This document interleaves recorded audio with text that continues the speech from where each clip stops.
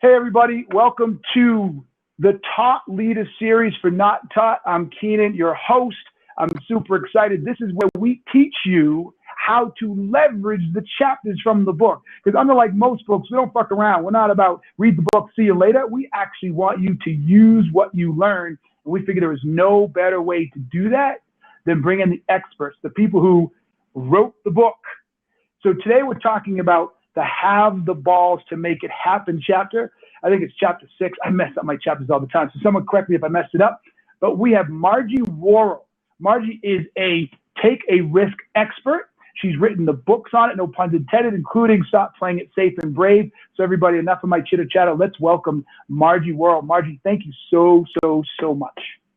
Hey, good to be here with you, Jim.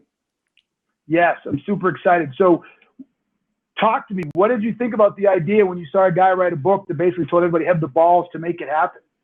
Well, I gave a loud cheer. Did you hear me from Australia? I thought that was it, but I wasn't quite sure. I wanted to hear you say it. No, I mean, hey, it's all about ultimately, you used to have the balls. I used to have the guts, have the courage. It's the same thing. It's about just being willing to put yourself out there and actually do it and stop talking about it. So, okay, great lead in. Most people talk about it. Why? Well, talking is easy because, it doesn't require us to risk anything. It's when we actually put ourselves out there that we lay our pride on the line, our reputation on the line. We risk the possibility of making a fool of ourselves or feeling like we're a loser or being rejected.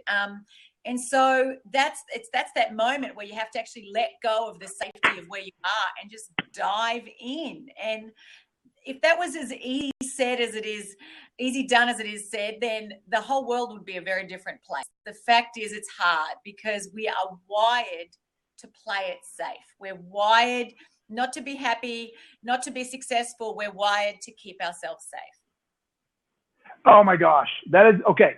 So if we're wired to keep ourselves safe, what you're saying then is it's not inherent upon us to take risks, yet without risks, there is no success. Would you agree? Yeah, absolutely. And that's why there's a lot of unhappy people. All right, so why are we wired not to take risks? And if you had to guess, what percentage of us? So the good thing about the show, Margie, is there are no rules. There's no PC. You can just punch people in the face and call them out. So if you had to say how many people or what percentage of people out there listening right now don't take risks, how many would that be? And then tell them why they don't. Get them connected to that. Well, there's different types of risk, but I would say it's well over 90% of the population play their lives too safe. In fact, it may be 98% of the population. And that's because often we don't even realize how much fear is running the show. It's not like we go, oh, I really want to do this, but I'm afraid. It just sits there on autopilot. It clouds and filters everything we do. And so what's the difference between people who actually get out there and have the balls make it happen and those who don't? Is it's not that they're not afraid. It's not that they don't have the moments of going, shit, what if I screw this up? What if it really doesn't go to plan? It's that they go, yeah, there's a risk and I don't want that to happen, but I'm not willing to let my fear of what could go wrong keep me from taking the actions to make things go right. To make things happen.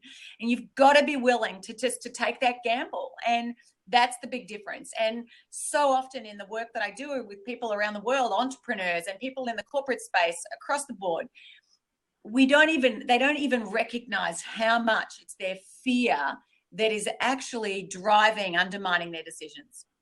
Wow. So when you were talking about that, one of the things that jumped out at me was that age-old saying, courage isn't strength or action in the absence of fear. It's strength in the courage of fear. In the presence of fear. The idea that says everybody's afraid. And it's not people who are crazy aren't afraid if they take action with the fear present. That's all I kept thinking about as you described that. No, heck, I've written 3 books. All of them are about, in one way or another, they've got focused on different things and who they're trying to help and how they're helping them. But they're all about, at the core of it all, is about being more courageous. And that's because, and you asked earlier, like, why are we wired to protect ourselves? It goes back to our Neanderthal days. If we didn't have this instinctive fear wired into our psychological DNA, we wouldn't be here today.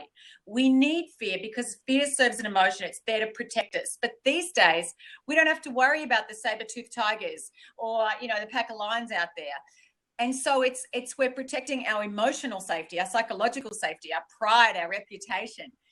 We all want to belong to a pack, and we don't like it if people in our pack, our peer group, may not like what we do, or if we lose face in front of them. So we have to overcome this actual really strong instinctive desire to play it safe. And that's why it takes so much guts, because it can literally have you feeling sick in the stomach when you go and do something. I know so many times I'm feeling like my body can be tight when I'm, whether it's releasing a book or it's getting up on stage to speak, or doing a media interview. It's like we are risking the possibility of looking like an idiot. And that's why that moment, it takes guts. It's not about fearlessness at all. And so often, Jim, we know what it is we need to do. We just don't do it. And that is that at that core, you get to the heart of it, is just truly feel your fear, take a great big breath and step forward anyway. So some of this is psychological or physiological, right? It starts with the amygdala. Am I correct? So I just like to give people a little history of what we're dealing with. So it starts with the amygdala. Am I correct? Yeah, absolutely. That's that primitive little walnut-sized part in the back of your brain. And it sends signals to your body that says fight or flight. And in an emotional state, so when it's our emotional integrity, it's almost always flight, because there's really not something there I can fight, right? So back in the day, it was a bear or a tiger or a buddy, and it's like, okay, you got to fight your way through this. But when it's emotional, isn't flight a lot easier? And is that what we're talking about here? The lack of willingness to take a risk is to run away. It actually, and the other one is to freeze.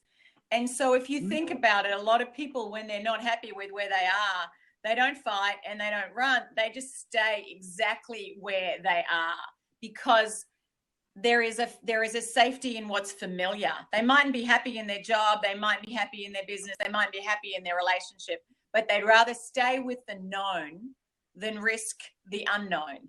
And so, yeah, just recognizing how much we do that is the first step. And something that I found a really helpful strategy is to physically, when you're feeling like that, move your body into the posture of someone who was a warrior, who was brave, who was going out. Because when you shift your physical state, it actually helps to shift and dislodge your emotional state. So that very act of, acting like you're strong and you're confident and you're not afraid of anything, holding your body like that can actually really help you find the courage in that moment to get out there and just do it.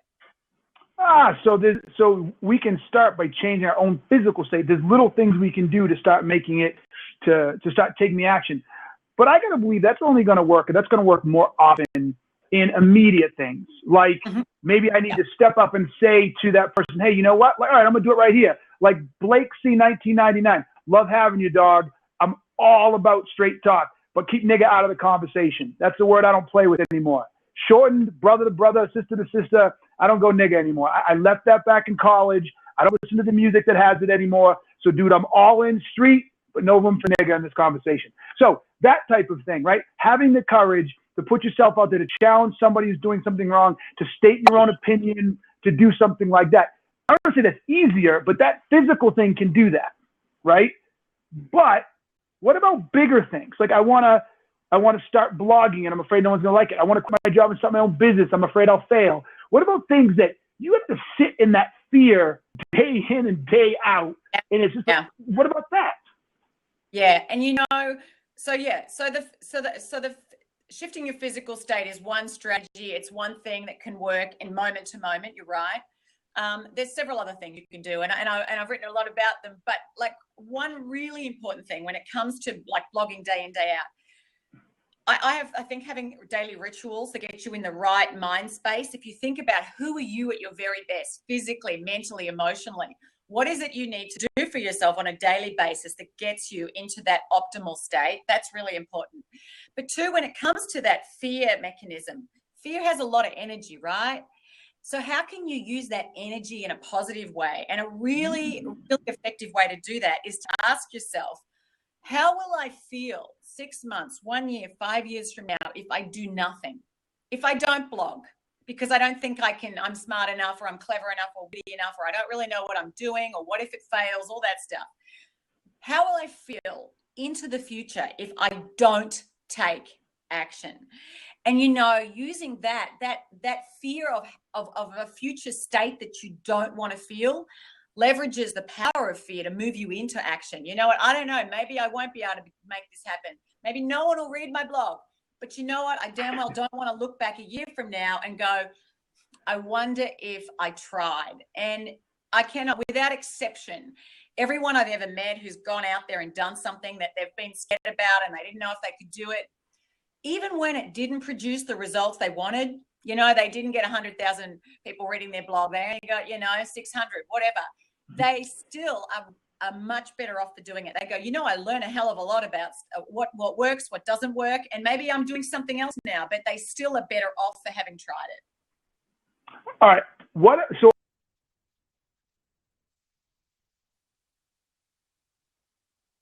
I love that. So why not go the other way that says, wait a minute, how will I feel when I do? Right. So you said, how will I feel if I don't?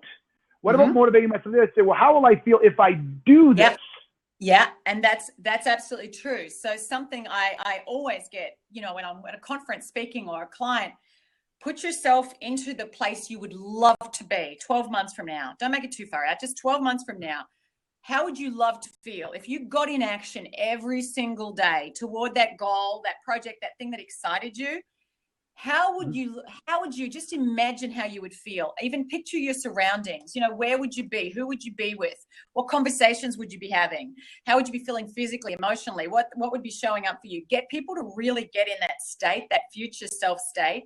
That's a really powerful motivator. But the reason I said to also put yourself in that state if you do nothing is because, yes, we're motivated toward pleasure and away from pain, but actually we're more motivated to move away from pain than we are toward pleasure. Got it. Okay. That makes sense. That makes a lot of sense.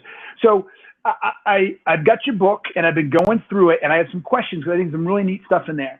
But before I do, I have a couple more questions. So another question is, what about the stories people tell themselves to mask the fear? So it's like, because I think, and I want you to tell me, do you think the stories are the bigger problem than the fear? Because I'll talk to people all the time and say, okay, you got to go do this. And they'll sit there and say, I can't because, and I'm like, you're afraid. No, I'm not.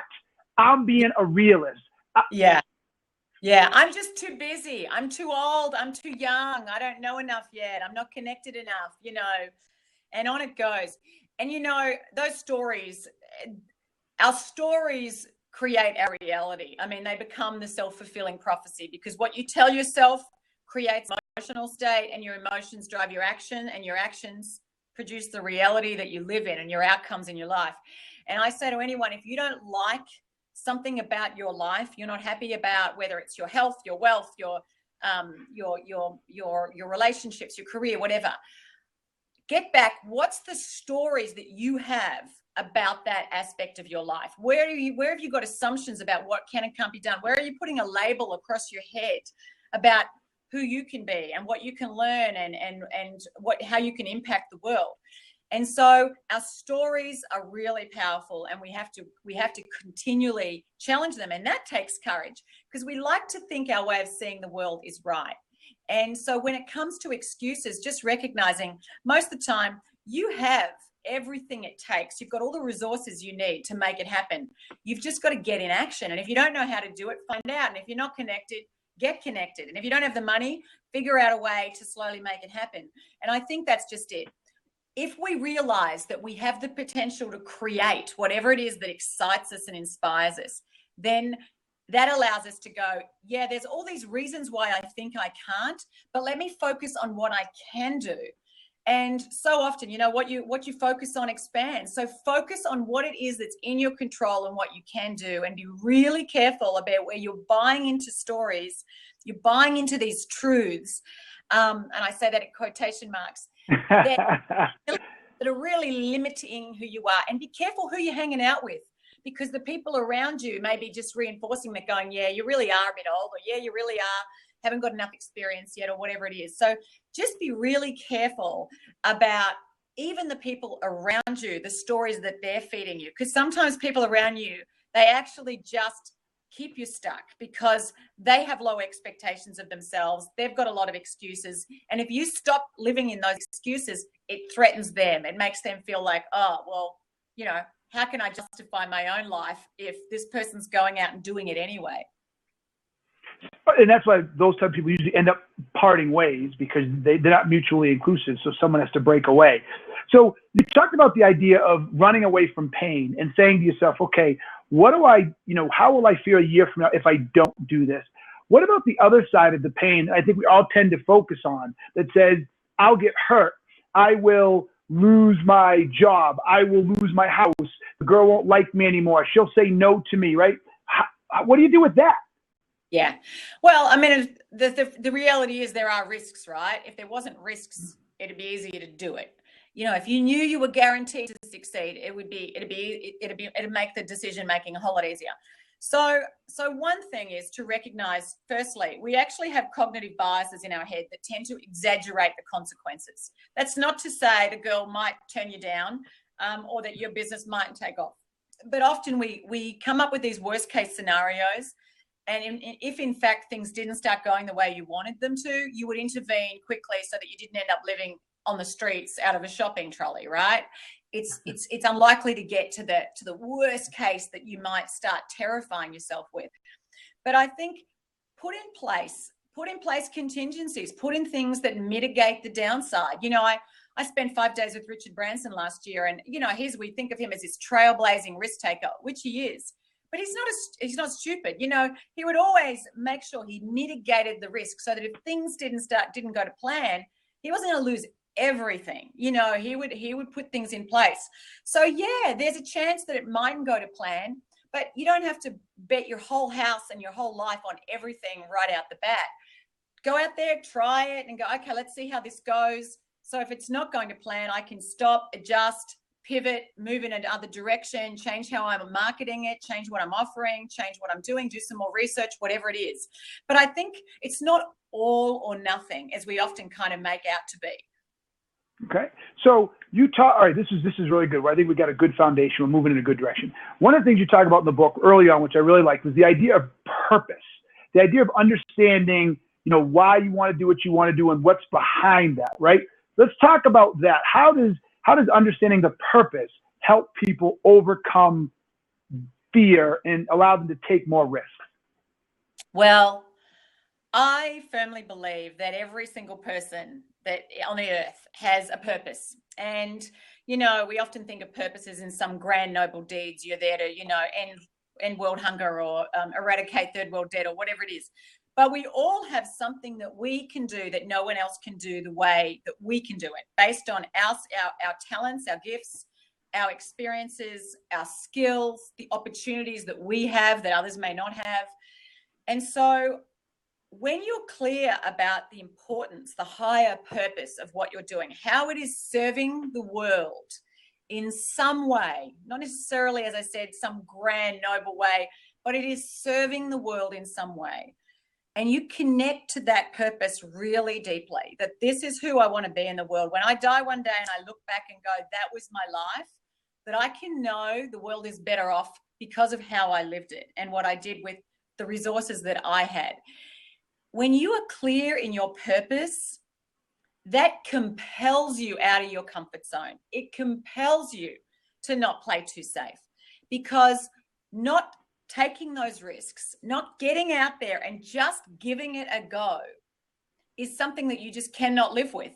You cannot live knowing that you had potential and opportunity and things to do that you never did. And so your purpose, so what you're saying is your purpose anchors you in the drive, and then it agitates you, right? The purpose is agitated by not taking the risk. So if I don't have a purpose and I don't take the risk, it just rolls off me. But when I ground myself in a purpose and I don't take the risk, that creates agitation and discomfort that I want to move away from. Yeah. And let me just say this. Sure, some people, you can be motivated by making lots of money or getting really famous. However, when our purpose is something bigger than ourselves, our own pride, our own ego, elevating just ourselves, when it's about serving others in some way, that connecting with that purpose that's bigger than yourself, there is nothing more powerful than that. And we know from research that people who have a strong sense of purpose that's focused on how they serve, not just on what they get, but on what they give, they're more resilient. They bounce back more quickly. They continue. They're more tenacious, and they're ultimately more successful. And that's both in every arena, in corporate, in entrepreneurial, everywhere. So thinking about what it is that you want to do, but connect to how what it is that you truly want to do serves the world and not just yourself. That doesn't mean it doesn't serve you too, and you don't make money and you might become famous and all the rest of it, but it's bigger than that. So in my book, I don't know if you remember, but in that chapter, the chapter that Have the Balls to Make It Happen, I talk about Lauren Luke, the young girl who started the makeup company, and she was, she had portly and wasn't very popular in high school, and says high school was the worst experience of her entire life. She was made fun of, she was poked fun of, etc. Do you have any stories like that you can share with people to anchor them in this idea that says, this was the challenge somebody had, and this was the intensity of the fear that they were facing, and they were able to overcome it because they found this purpose? Do you have anything like that you could share? I know I'm putting you on the spot. Oh, look, I think of so many, and I've interviewed a lot of people for my online TV show, Raw Courage TV. And I think of people who, sometimes some great life adversity happens. There's a woman, Liz Dawes, I interviewed recently. Her son died of brain cancer at 19 years of age. And her connecting to, I have a purpose to make sure we get more funding and research so that young people don't die of this disease. That's one. Someone else I know, they felt a really strong sense of purpose. This one, again, is a noble purpose in terms of they realized how much money we spend in the US and Australia on bottled water, and what if even 1% of the money we all spend on bottled water went in to creating wells that built that so that the billion people in the world that don't even have access to water can access it. People who have a business idea that they know, that I know for myself, even just in writing my own books and the stuff I've done, I'm like, you know what? I think there's a huge need here, and I have something to say that will help it. And that's well and truly made me lay my own vulnerability on the line lots of times. So I'm just trying to think of a business one for you. I know a woman, she's got a cupcake store here in Melbourne, in Australia. She was like, you know what? Here is a dream. I really feel that no one's doing what I want to do. And that was for her, sharing a talent and a passion and going about it and creating something that ultimately employs a lot of people too, because she employs people who don't necessarily have a job or a trade and gives them an opportunity in building a business. So I think there's lots of different ways people can fulfill their purpose. But I just encourage anyone listening, if there's something you really want to do and you're feeling stuck, think about how is that going to serve the world, and take the focus off yourself and think about how it benefits others. Okay. All right. So I love these big, grandiose examples, but I'm going to push a little here, right?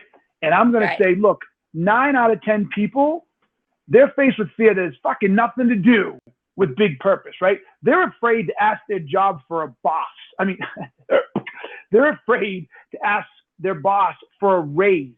They're afraid to invest in the stock market a certain amount. They're afraid to switch careers. They're afraid of the littlest things, right? And these little things just keep building up on each other. They're afraid to confront the person who's making the fat person jokes behind the girl's back, right?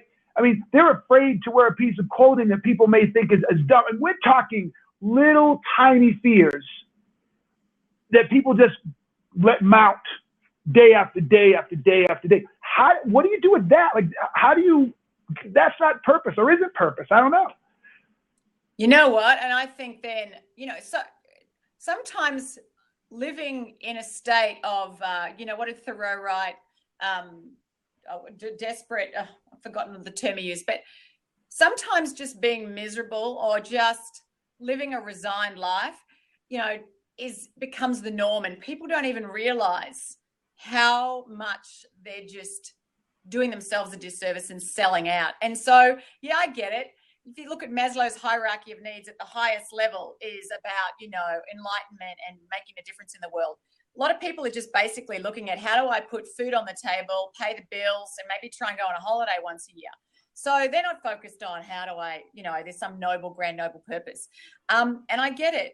So just looking at where you are, where are the pain points? And I think having people take responsibility for their own happiness. Don't wait for things to change and someone to save them, or their boss to recognize them, or someone to come along and say, here is what you should do with your life.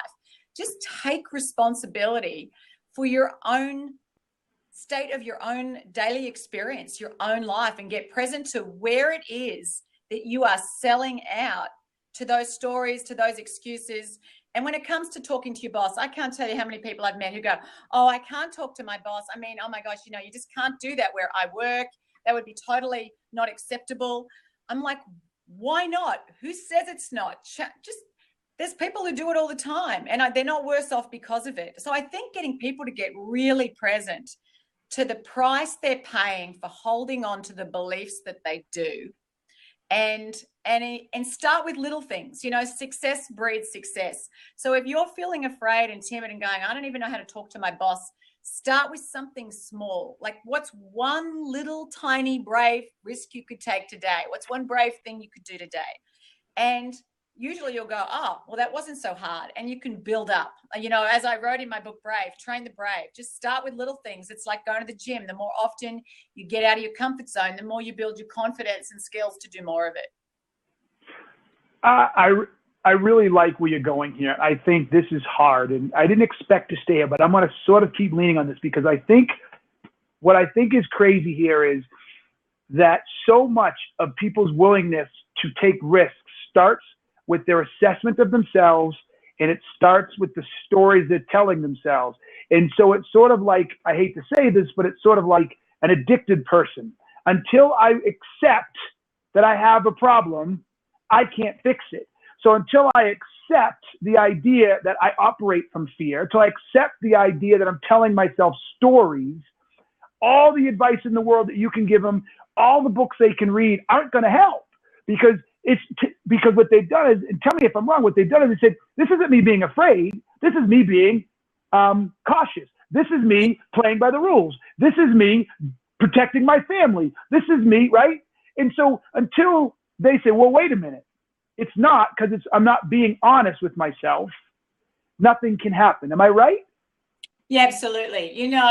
Absolutely. And it is truly taking ownership for your life. And when people tell me, oh, no, I have all these reasons and excuses, I'm like, okay, fantastic. If that's working for you, brilliant. I mean, if you're really happy with where you are, fantastic. You just keep sticking with that. And, truly, it's like you're too busy to work out, or you don't have enough money to join a gym, or you can't change your jobs because you've got too many other things going on. I'm like, fine, stay where you are and be miserable. Just choose it. Like, really choose what you're sticking with, and don't complain about it because you're choosing it, right? Truly, don't take up my time. Don't take up anyone's time. You choose to do this. So don't whinge about something unless you're going to do something about it. And honestly, it's kind of like hard love in a way. I mean, I've got 4 kids. I do it with my kids. Don't complain about that. That's just life. Get on with it. And so I think a lot of people can live in this world of, it's not my fault. I mean, it's my parents' fault. It's my boss's fault. It's the economy's fault. It's the market's fault. It's everyone else. It's not mine. And you've got to take ownership. And that's where I really believe, before you get into the whole talk of creating a vision and purpose and taking risks, just take ownership of your life and what you're doing with it and what you're creating. Because 10 years from now, there's going to be people out there who've created amazing things, who've built businesses, who've done amazing things.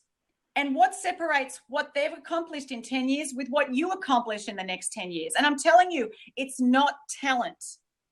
And it's actually not resources.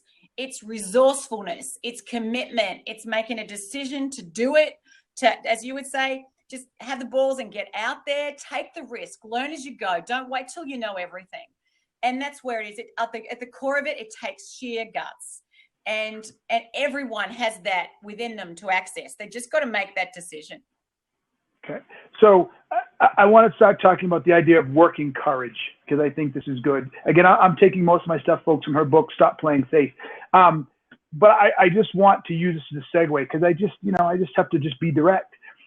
Folks, when we're talking about taking risks and we're talking about overcoming fear, it doesn't matter what you're going to hear the rest of the way. It doesn't matter what tips and tricks Margie gives you. It doesn't matter what you read in the book. Until you're willing to stop and evaluate yourself, until you're willing to stop and ask yourself, what stories am I telling myself and how are they preventing me from where I get to where I want to go?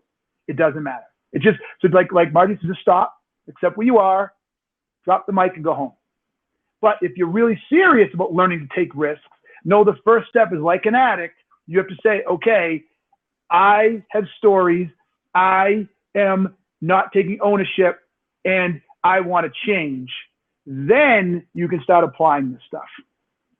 So with that, talk to us, Margie, about this idea of working courage, the idea of speaking candidly, listening bravely, your own conversations. Talk to us about this, because I like this. It feels like something I can wrap myself in like a blanket. Yeah, well, I mean, at the core of that section of Stop Playing Safe was, here's all the ideas and the concepts about courage, right? But we can talk about it all we like. How do you actually put it into action? And when it comes to putting it into action, to actually doing it, so often it's actually in the conversations we're having. It's about just saying no to an invitation because there's something you're more committed to and you risk the possibility of disappointing someone. It's about stopping and truly listening to people versus you having to just continually push your agenda and think about what it is you want them to know. It's about asking for help. Sometimes it's about saying sorry. Sometimes it's about putting yourself out there and inviting someone out for dinner or introducing yourself to someone. So when I talk about working courage, I'm talking about actually how it relates to every day of your life. And every single day of our lives, there's opportunities to act with courage. They're not always some big grand thing of quitting your job. It could just be having a really honest conversation with someone, or not pretending that you're trying to be someone else in a meeting and just being authentic and vulnerable. Ooh, authentic and vulnerable. I like that. So what you're saying is this idea of risk taking in many ways is like a muscle, and you can start working it small and it gets bigger and bigger.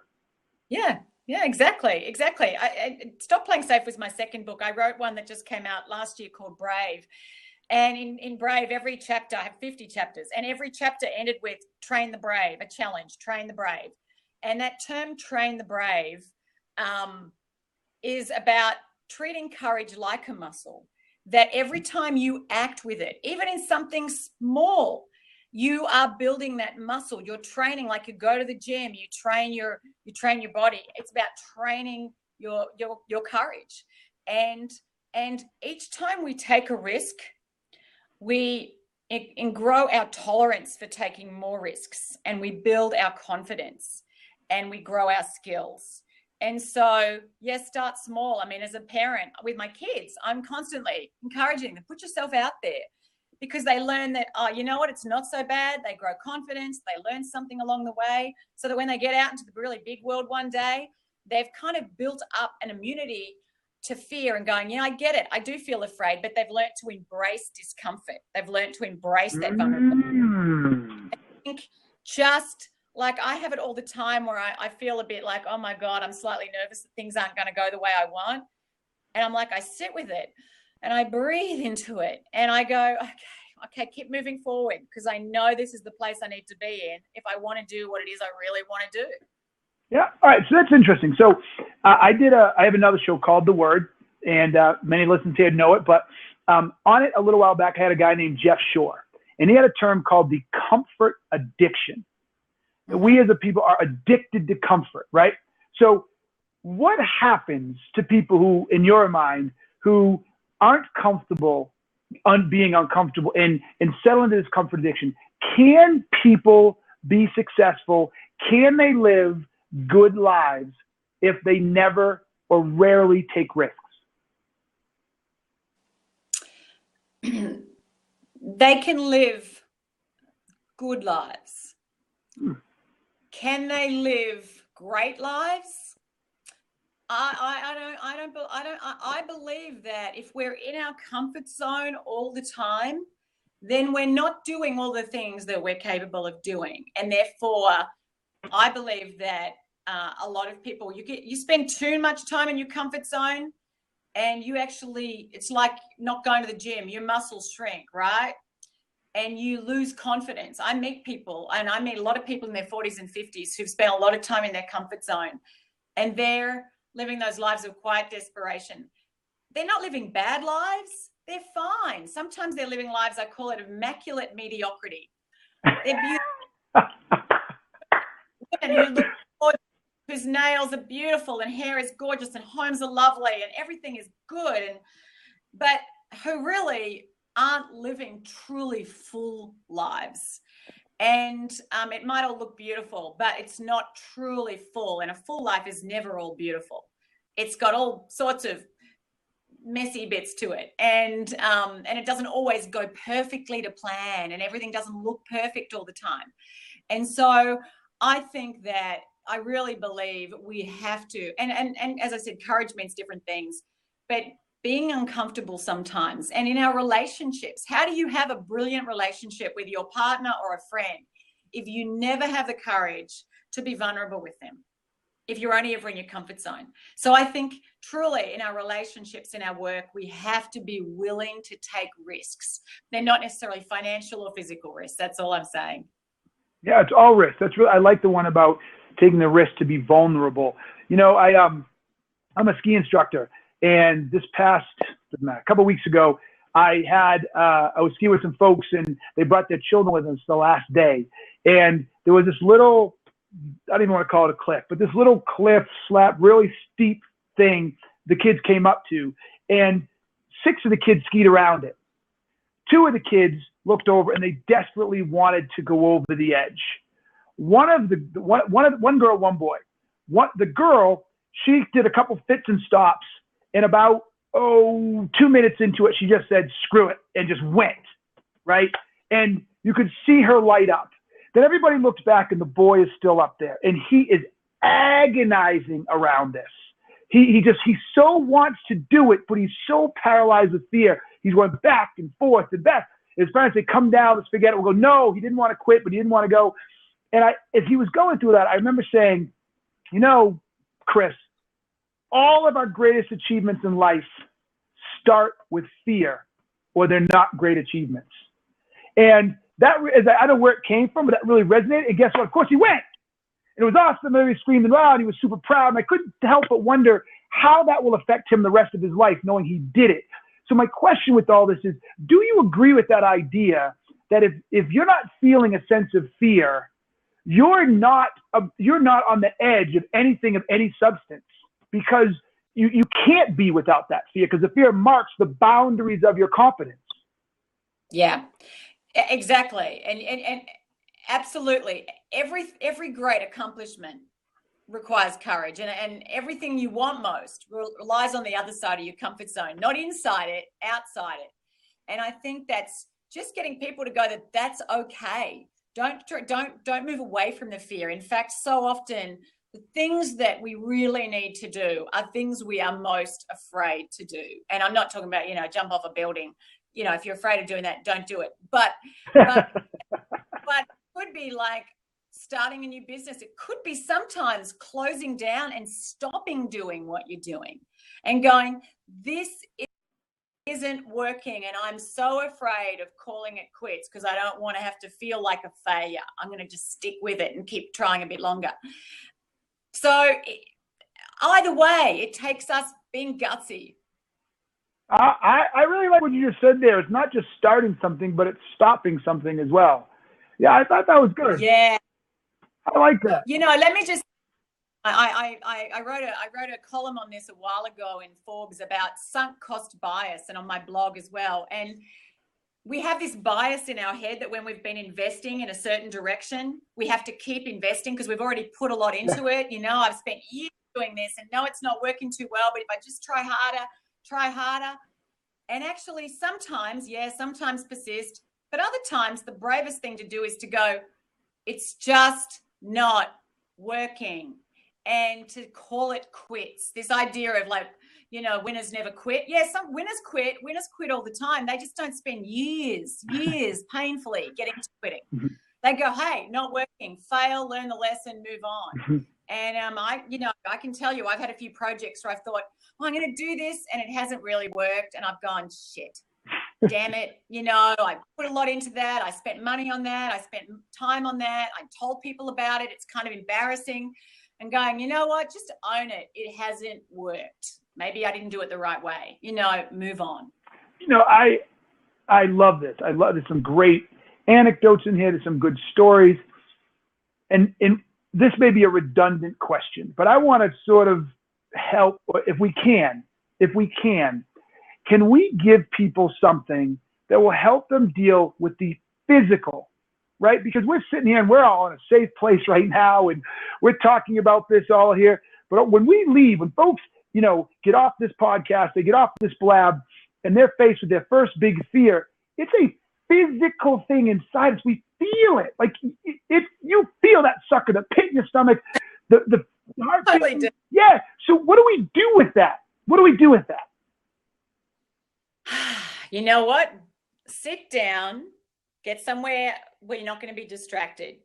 Sit down and breathe into it. Like really breathe, right? Wait.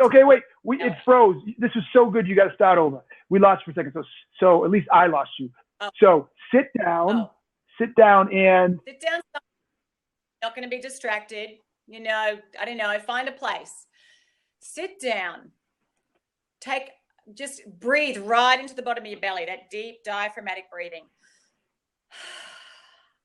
Get really present to what it is you're afraid of, and then breathe deep down into it. Just imagine what it is you're afraid of and breathe in and get really clear. And each time you breathe out, just breathe out the fear and just let it go. Like let it go out into the universe, right? Just imagine it coming out of you and letting it go. But sit there and breathe deeply until that fear is no longer gripping your stomach as much. I'm not saying it's going to go away in one hit, but when we feel to the core of our fear, like what's the worst thing that could imagine? And we imagine it, and it can really be really physical, and we breathe and really get to the core of it. We tend to recognize that actually we could handle it, and actually that we are actually bigger than that fear. So just don't try and run away from the fear. Sit with the fear. Sit with the fear, breathe into the fear. And over time, it loosens its grip. And then really imagine yourself being really strong. Visualize yourself in the presence of it, being courageous, handling it, whatever it is that worst case is, handling it. Clench your fist, anchor it somewhere in your body, and just imagine yourself being really strong and handling it, and breathe into that. And then when you get up and move away, just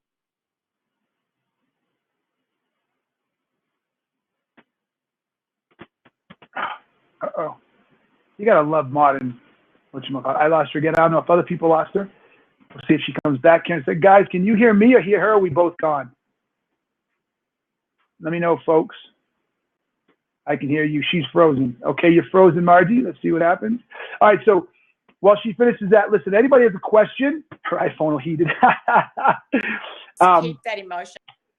Jump in. She'll probably call right back. Someone want to open that open seat. Anybody has a question? So Art Jones, once you jump in, and man, you can ask that question. Hopefully she comes back in a second. There we go. Come on in, brother. Hold on, I'm getting you in here, my man. Uh-oh. Here comes Wu-Tang. Why is this not? Not letting me let you in for a second. Oh my goodness. Gotta love the technology. All right, I'm trying here. Once you maybe step out and come back in, it's not letting me get you in. Okay. I don't know what's going on. Sorry, bro. Oh, here it comes. Beautiful. Yes. Hey, man. Hey, my man. What's going on? I'm good, brother. I got my earbuds in. I've been mobile up until a minute ago, so I don't echo. That's all good, baby. So Margie, is Margie there? No, she just left. So see if she can get back.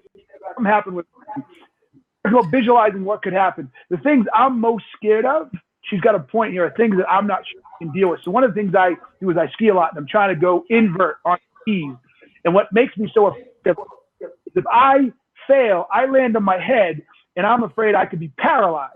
And I just can't figure out how I can live paralyzed. So that scares the shit out of me. So, yes, I think she's got a point. You got to get comfortable and accept where you are there. All right, my boy. All right, Margie's still not back. Kiki, if you can send her a text or an email telling her just to log, I'm going to kick her out and make her come back in. Hey man, this is a great subject. It's have the balls to make it, and I've been listening from the stream. It's and Margie is amazing because she basically says, she says what I've read a Melissa Gilbert book not long ago, Big Magic, and she says that when she's afraid, she thinks of it like a car ride, and she tells fear to get in the back seat. You're not going to touch the radio. You're not going to touch the map. We're going to get this show on the road. You can come with me, but you're in the back seat and hands off the radio because this is my ride. This is my road trip. I like that metaphor a lot. I like that. Not only do I like that metaphor, and I'm going to put myself there. I like that. Look, this guy's courageous. He just said he read Elizabeth Gilbert. Most people find out. So I give you props. I give you props. Going up to the world says, I read Elizabeth Gilbert. Hey, I'm just saying.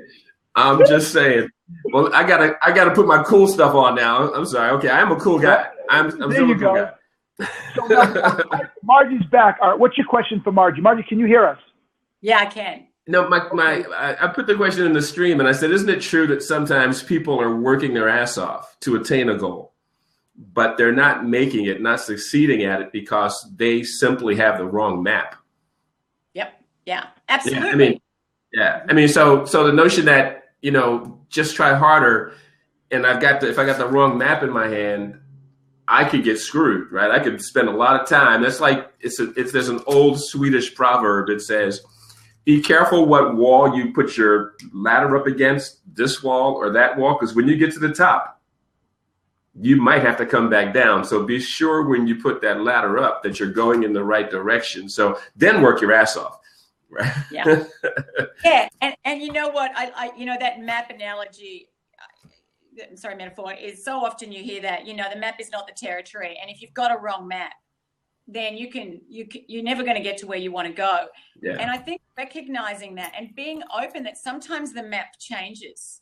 Like you might have started out with a strategy and it was great when you started out, but the world's changing. Technology's changing. What you thought was a brilliant platform is no longer the best platform. Yeah. And that's where I think stopping all the time and going, am I getting the results I want? If I'm not, well, what is it that I'm failing to do or could be doing differently that is actually undermining my efforts? Because you can spin your wheels really, really faster, but doing more of what's not working is going to make it work better. That's right. And what's interesting is that it's the idea that we don't want to do more of what is taking us in the wrong direction. And I've been quoting the Johari window a lot lately, right? Yes. I love right? the window. The Johari window is that 4-quadrant thing, just like what we've got here. And there's things I know about me that you know about me, right? There's things I know about me that you don't know. The blind spot is there's things that I don't know that you know. The things I don't know about me that you know. And I think that goes to this idea that if we try to do this by ourselves, and we've got a kick-ass idea, we want to launch, we want to work our ass off, and we ignore the fact that we might get a guide, or mentor, or coach to help us, you or Keenan or me for that matter, right? To just be that bystander that has experience that says, let's talk about this. The map you're using, it's a good map. Now let's take page 4 and 17 out and chuck them because they're not helping you. But absent the advisor, the coach, the confidant, the best friend, somebody to talk to that is kind of using that Johari window that says, I think I'm seeing some things you're not seeing here. And maybe this will help you get where you're trying to go faster without scraping your knuckles and getting all bloody. Yeah, I love it. Finding people who are really honest with you, who tell you what it is you need to hear and not what you want to hear. And if everyone around you is telling you you're doing a fantastic job and that's just brilliant and that's just brilliant, they're saying that and it's months roll by and they turn into years, there's a good chance that you're not talking to the right people. You're not listening to the right. Yeah. So Margie, that takes courage too, right? Margie, that takes courage too. That takes courage to get someone to, sorry, go. Sorry. So I found what's really helpful is asking people, can you give me 3 things you think I could be doing better? People whose advice that you really respect, and ask them for 3 things. That's good advice. Because you've given them a number and you haven't just said, how am I doing? Because they don't want to hurt your feelings, right? They want to say, oh, it's great, really great. I love your blog. Even if they don't, they think it's really boring or it's just way too long or whatever. But if you give them a number and say, can you give me 3 things? It makes it safe for them to be honest with you. And making it safe for people to be candid with you is the first number 1 lesson in good communication and frankly getting valuable feedback. There's plenty of websites out there where somebody asked their wife or their mother, how do you like it? And they said, oh my God, honey, it's the best website I've ever seen. And then they run with that and they didn't get good counsel. They got loving counsel, which is not often what you need to have a productive website or a productive career for that matter. Yeah. True. Yeah. So, all right. Thank you so much, man, for jumping in. Peace, guys. Nice meeting you, Margie. You got it, brother. If you haven't read Not Taught, Kiki can tell you how to get it, my man. And Have the Balls to Make It Happen is chapter. Kiki, tell me what chapter it is. I don't even know my own freaking book. If anybody else has a question, jump in. Art, thanks, my man. Listen, we're getting close to the end here, but tell us about SOAR. I thought SOAR was interesting. It's an acronym for something, again, in your book, and I really liked where it was going. So talk to us about SOAR. Yeah. Well, the fact is not everything you'll try will get the result you want, and life being life doesn't often go to plan. And what I see is a lot of people who have things not go the way they want. Sometimes it's things because they've done something and it hasn't worked out. And other times it's just literally that shit happens. Life doesn't always go to plan. So how do you respond to it? And so my SOAR model is really based on, I guess, a lot of psychology and my own experience. So it's 5 steps. Number 1, step back. When you feel yourself feeling stressed, upset, like rejected, just not in that powerful place, take a step back and give yourself some distance. Even imagine yourself looking up from 100 feet down, looking down at the situation. Then O is for observe. What is it about how you're seeing this that could be creating the problem or amplifying the problem? So just think about what are alternate perspectives that you could have on the situation that you're in. Distance yourself from it. The third is A, S-O-A. A is for ask questions. Think about the wisest people you know, or the most creative or innovative, or just people who have different perspectives than you. Ask yourself, how would they see this situation? Where is there an opportunity in this problem? Where is there something for me to learn? Sorry, my dog. No problem. No worries. Dog. And then R is to reframe. So just think about just to reframe, instead of focusing on what you can't do, focus on what you can do. And the 5th R, because it's SOAR, S-O-A-R squared, is to respond versus to react. Like instead of just doing that fearful response, what is the most constructive, courageous way for me to respond to this right now? And I think if you do that, it really helps you to be more resilient and to soar above the challenges that you're facing rather than get pulled down into a negative death spiral. This is really good stuff. I hope everybody's listening is getting something from this because this is solid.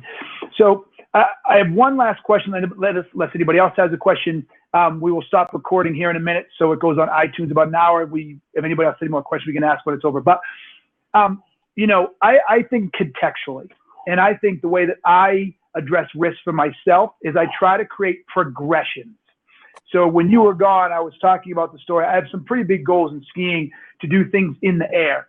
And I was trying to figure out why I have so much more difficulty being successful there than I do, or taking risks, I should say, being there than I do. And it was what you were talking about right before we lost you. And this idea of conceptualize worst case scenario. Well, worst case scenario things I want to do is either death or paralysis. Neither one of those I can get my arms around that I'm okay with that, right? So it makes it very, very difficult to just do it. So I learned to take progressions. I can do it on a mat so that when I fall and wipe out, I don't get hurt. And then I can do it 10 times and then take it to the snow.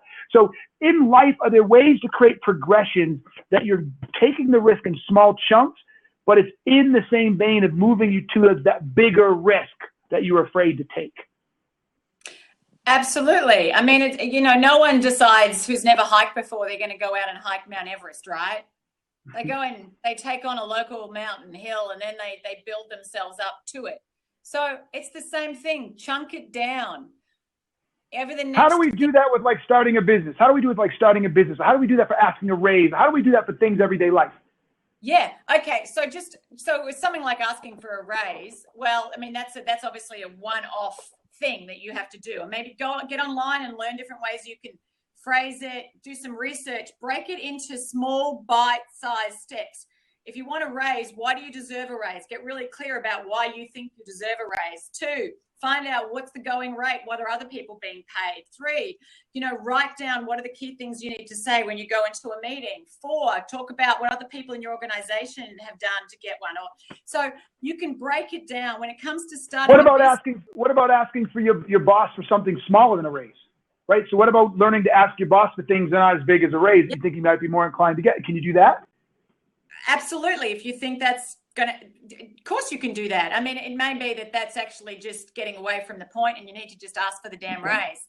But that could be something. It could be just practicing asking anyone for anything. But when it comes to something like launching a business, great, it's a big undertaking. And I think what happens is people connect with something big and they get overwhelmed and they go, oh my God, I don't even know where to start. There is so many things, the financing, the staff, the whole planning. So break it down into little pieces and just go, what could I do over the next, not 1 year from now, then 6 months from now, 3 months from now? What can I do in the next month? Okay, what can I do this week?